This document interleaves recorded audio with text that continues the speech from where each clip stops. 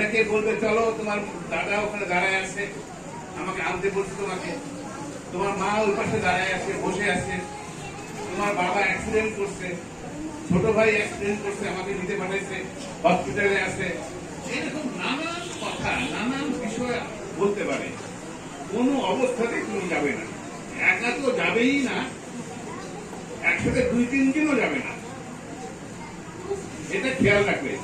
এরকম কিছু হলে অবশ্যই শিক্ষককে জানাবে, এবং যে লোক বলবে যে তোমার মা হসপিটালে আছে, বাবা হসপিটালে আছে, সেই লোককে টিচারের সামনে নিয়ে আসবে। তাহলে বিষয়গুলো